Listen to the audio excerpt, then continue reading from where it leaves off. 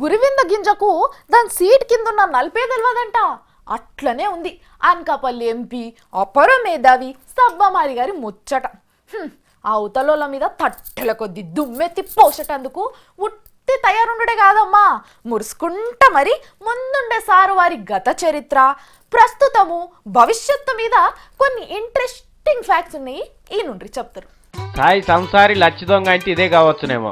జగన్మోహన్ రెడ్డి నీచాతి నీచుడు, దొంగ, బటెవాయి, బలం లేనోడు, బద్మాష్ అని నోటికొచ్చినట్టు నిజాలు చెప్పేసిండట సబ్బమారి సారు. జగన్మోహన్ రెడ్డి ఎసొంటి మనిషి అనేది మామూలు మనసొంటి జనం కంటే ఆయన ఎంట ఎక్కువ రోజుల సంధి తిరుగుతున్న సబ్బమారికే ఎరుకుంటది. కాంగ్రెస్ పార్టీ మీద అవిశ్వాస తీర్మానం పెట్టేటప్పుడు సబ్బమారి వద్దని చెప్పిండట జగన్ సారుకు. అయ్యా మన దిక్కు ఎవ్వరు రారు, 15 మంది ఎమ్మెల్యేలు కూడా మనకు మద్దతు చేయరు, వద్దని.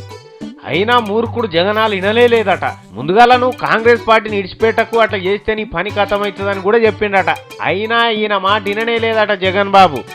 ఆయన పోకడ ఆయననే పోయి ఇగో ఇవాళ కాంగ్రెస్ వాళ్ళతోని అమాస దోస్తాను కట్టి దొంగ నాటకం మొదలుపెట్టి సబ్బమారిని మోసం చేసిండట. ఆర్గనైజేషన్ గురించి నేను స్పష్టంగా చెప్పాను.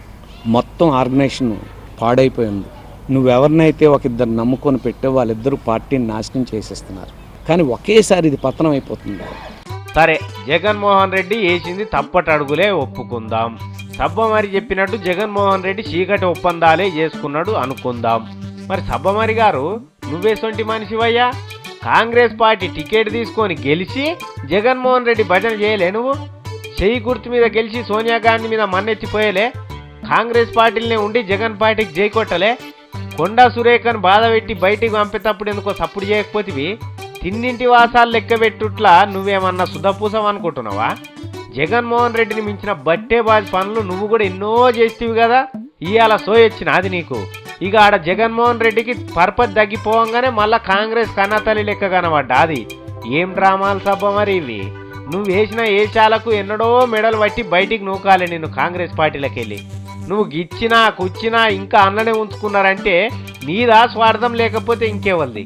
మీ అంతలా మీరే నాటకాలు ఆడతారు. ఇలా ఇడిపోయి ఏదో పతిత మాటలు మాట్లాడుతున్నారు. పతిత మాటలు చూస్తలేరా మీ దొంగ నాటకం జనం అని అడుగుతున్నారు మీ అభిమానులు. వీళ్ళ కథ ఎట్లున్నదంటే అందితే జుట్టు పట్టుకోవాలి, లేకపోతే కాళ్ళు పట్టుకోవాలన్నట్టు.